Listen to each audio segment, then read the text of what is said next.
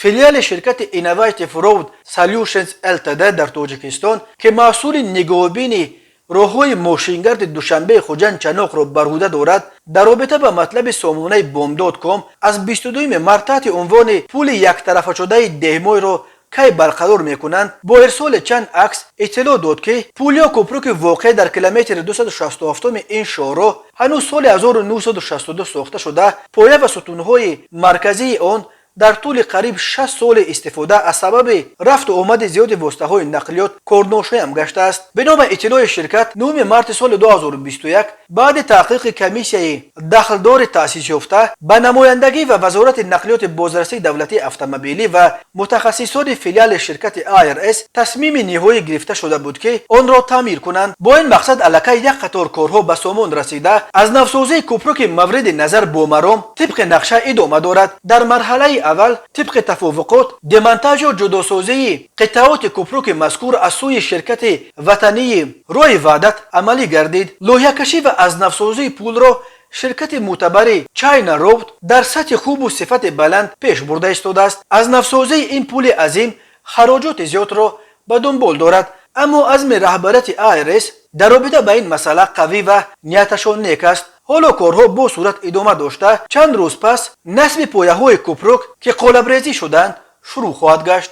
گفته می شود در پاسخ شرکت IRS به مطلب بامداد، شرکت همچنین ذکر کرده است که قبلا از سوی IRS 2 کوپروک عظیم در مسیر دوشنبه چنوق در قلمرو نویه عینی پره و با استفاده از مسئله با صفت ساختمانی از نوسازی شده بود. قبلا یک گروه رانندگانی که با ماشین‌های بارکش توسط شورای دوشنبه خوجند چنوق با فوره‌های بزرگ بار میکشانند میگویند با گذشت یک سال پول قسماً تخریب شده در کیلومتر 267 این شهرها در موضع دهمای را تا حال ترمیم نکردند. یک سال پیش طرف راست پول دهمای از جانب دوشنبه فرو رفته بود. از همان وقت این جانب این پول تا امروز برقرار کرده نشده است. وعده داده بودند که زود برقرار میکنند، ولی ایهات میگویند رانندگان.